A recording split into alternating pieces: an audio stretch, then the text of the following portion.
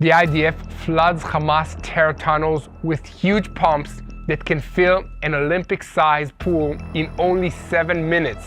This is the 117th day in the Hamas-Israel war, and I'm Yair Pinto, reporting to you from Israel.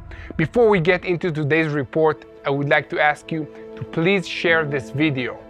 This, together with praying about what you see in these videos, is the best way you can help us get the truth out about what is going on in Israel today. Now let's jump right into today's news. We have heard unconfirmed reports in the past about a plan to flood the Hamas terror tunnels, but now we have official confirmation of this. Several units in the IDF and the Ministry of Defense have developed a number of tools for injecting high-flow water into Hamas's underground tunnels in the Gaza Strip, adding to the toolbox that the IDF has for dealing with these complex tunnels. And this is the process. Part of a program called Atlantis that the IDF has been working on for many months includes the installation of pumps and pipes in many locations. But the engineers have also found a method to ensure that water is not just randomly being pumped into a hole in the ground. The computer programs guiding the system can direct the flow of water being pumped into the shafts and tunnels, where it will do the job of cleaning them without damaging the underground water or soil in the area. It's very high-tech, and I'm sure it costs a lot of money to develop this kind of technology. But this is the way Israel does business, making sure to not do any unnecessary damage to civilian infrastructure while defending ourselves against terrorists. As a footnote, I'm sure that this technology will have many implications in agriculture and water management far beyond the destruction of Hamas's terror tunnels, and will be yet another way that Israel is blessing the whole world with its innovation and technology. The Atlantis system is already at work, with pumps having been installed in Khan Yunis earlier this month. American officials familiar with the project have confirmed that the water being pumped into the tunnels is fresh water from Israel, not seawater from the Mediterranean Sea, as was the case in earlier systems.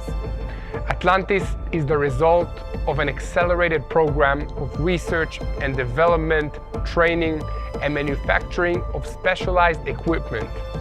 As I said before, it is only one tool in the toolbox the IDF has for dealing with Hamas's infrastructure underneath the Gaza Strip. This toolbox also includes aerial attacks, underground maneuvers, and special operations with technological means. You might have heard reports that the project is only a partial success, but the IDF has released data showing that it was such more than that, and now we want everyone to know about it. However, as much as the IDF makes use of cutting-edge technology to battle terrorism, old-fashioned battle techniques such as maneuver, fire support, and close-quarters combat are still being used as well. The fighting continues this week in the northern part of the Gaza Strip. The forces of Division 162 today completed a day-long maneuver against Hamas positions around the Shifa Medical Center in the Gaza City, where the terrorists routinely deploy themselves so they can use the civilian infrastructure and the civilians themselves as human shields. Despite this attempt to hide behind civilians, the IDF reported that nearly 100 terrorists were eliminated in the battle. The IDF operation included a combined arms maneuver that saw ground troops supported by air and artillery advancing to engage the terrorists at close range. Although this exposed the ground troops to increased danger, it was necessary to ensure a minimum amount of damage to civilian infrastructure and people. This is typical of the kind of operations the IDF has been conducting in recent weeks, including raids in the southern neighborhoods of Gaza City and on the outskirts of Shati and Beit Lahia. These raids are expected to continue in the coming months to deepen the achievements of the IDF and to allow the remaining Hamas operatives in the north of the Gaza Strip to be flushed out, where they can either surrender or go down fighting, as some of them prefer. Fighting has also continued in the south of the Gaza Strip, where forces of Division 98 arrested 3 terrorists yesterday behind the top door of a strategic tunnel in Khan Yunis. The 3 terrorists who had decided to save their lives by surrendering instead of going down fighting were transferred to the Shin Bet for interrogation, where they provided information that will be used in uncovering more tunnels. Division 98 is now maneuvering in the Gaza Strip, focusing on the areas around Khan Yunis, where the remaining pockets of Hamas activity need to be confronted. They replaced the 36th Division, which left the Strip about 2 weeks ago. After a short rest, these troops began training exercises to prepare for the possibility of operations in the northern part of Israel, where Israel is threatened by Hezbollah and other Iranian-backed forces in Lebanon and in Syria. Also operated in Khan Yunis were Battle Team Number 4, my unit. These troops have engaged in several fights with terrorists in recent weeks and have taken many threats off the battlefield, including fighters, but also discovering large stockpiles of weapons, ammunitions, and military equipment of all kinds, as well as workshops where rockets and launchers were manufactured.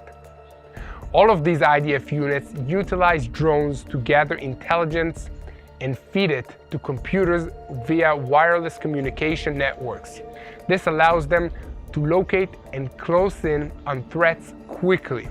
For example, if a terrorist appears from a tunnel or other hiding place, a drone will see him, and the computers it is in communication with will alert the nearby troops, or possibly direct nearby armed drones to neutralize the threat within seconds. This makes it very hard to sneak up on IDF troops, and even harder to survive an attempt and escape after you were caught. This is an example of the high-tech means Israel is using to battle terrorism in the Gaza Strip. These methods are unique to the IDF, but as I said before about the water technology, this technology and the methods used to employ it in defense against terrorism and many other threats will soon be available to Israel's allies. Terrorists and the authoritarian regimes who support them all over the world should take note of this. Shifting focus to Judea and Samaria, where the IDF is also operating against terrorists, usually in cooperation with the Shin Bet and border police units. You've probably heard about the undercover operation that put a stop to a plan to attack Israelis from a hospital in the Palestinian city of Jenin. The IDF Chief of Staff, Herzi Halevi, issued a statement about the operation in Jenin on Tuesday. This is what he said. This morning we put a force of the IDF into a hospital in Jenin, inside which a terrorist squad is planning to carry out a serious attack to kill Israeli citizens. We do not want to turn hospitals into battlegrounds. On the right there are patients, and on the left there are doctors and nurses. And in the middle are terrorists. But we are even more determined not to allow hospitals either in Gaza, not in Judea and Samaria, not in Lebanon, not above the ground, and not in shafts and tunnels under my house. Patients will become the place.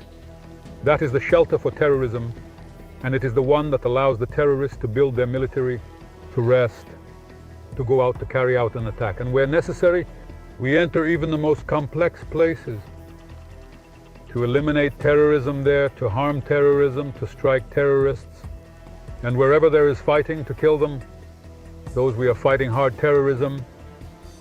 We fight terrorism hard. He brought us into Gaza with great force. We will continue to operate in Gaza.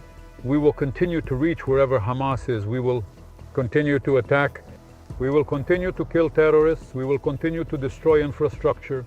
In conclusion, I want to salute the heroes of Israel who fell defending the state in the past days. Major in Reserves Netzer Simchi, 30 years of age, for Mossad, a combat officer in the 87th Battalion, was killed yesterday in the battle in the northern part of the Gaza Strip. Captain in Reserves Gavriel Shani, 28 years of age, a commander in the 6646 Battalion, was killed yesterday in the battle in the southern part of Gaza. Sergeant Major Yuval Nir, 43 years of age, from Kfar Etzion, a fighter in the 6646 Battalion, was killed in the battle in the southern part of the Gaza Strip. Once again, please share these videos with anyone you know who is concerned about what is happening in Israel and wants to know how to pray for the situation here.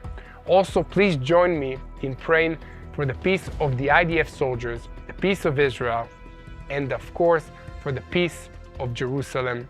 Your prayers means the world for me and for the rest of the people of Israel.